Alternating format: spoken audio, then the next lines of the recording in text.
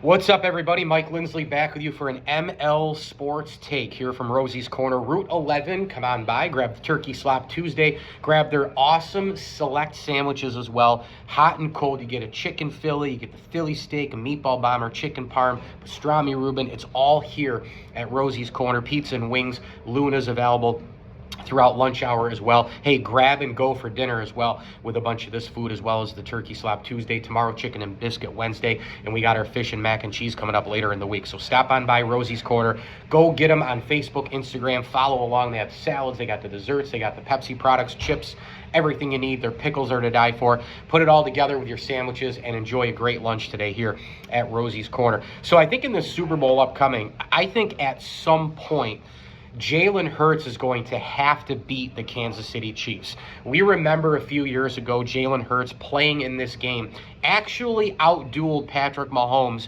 outside of a fumble.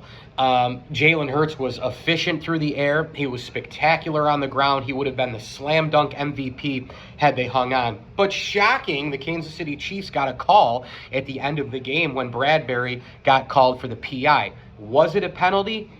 Absolutely, but they didn't call that all game long until that moment. It's like going back to the 80s and 90s Big East, not the Big East now, not the old Big East or the old.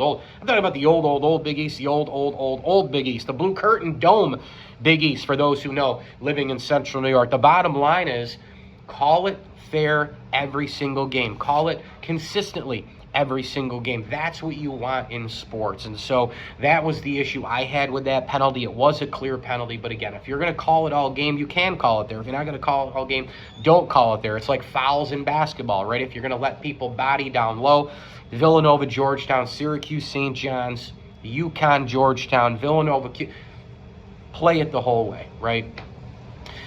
So that was the issue that I had. But in that game, Jalen Hurts was fantastic.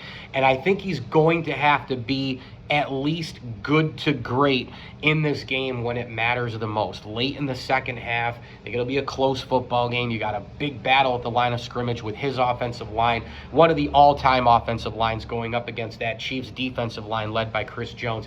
Jalen Hurts eventually is going to have to make a play because Steve Spagnuolo, he's constantly going to blitz Hurts, but he's going to try to take away Saquon Barkley. How much are they going to load up early?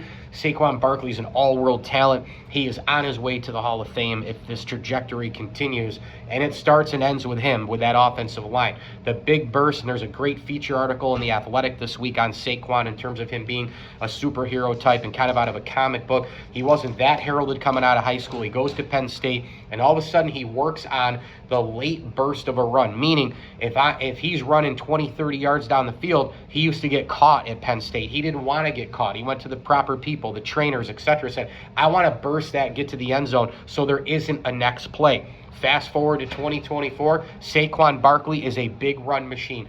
40 plus, 50 plus, 60 yards plus, which he has done in the regular and postseasons. We saw him do that against Washington with an unbelievable run. Looked like a gymnast and a running back at the same time, spinning and weaving and bobbing and bursting down the field, and nobody could get him.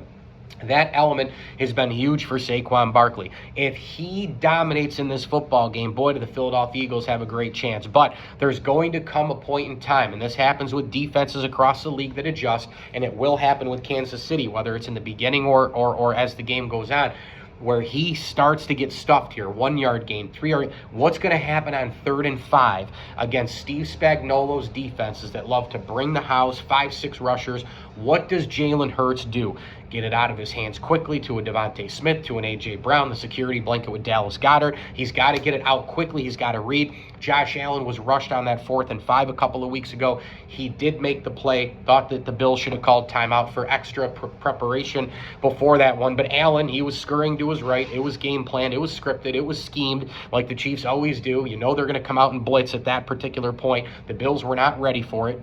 How can you not be ready for that? But Allen had to improvise. He goes right to his right, and he throws it off platform, and Dalton Kincaid dropped the ball. And there's nothing you can do about that if you are Josh Allen at that particular point. But Jalen Hurts, whether he gets drops or not, he's going to have to make some plays. RPO, get it to his open receivers in space.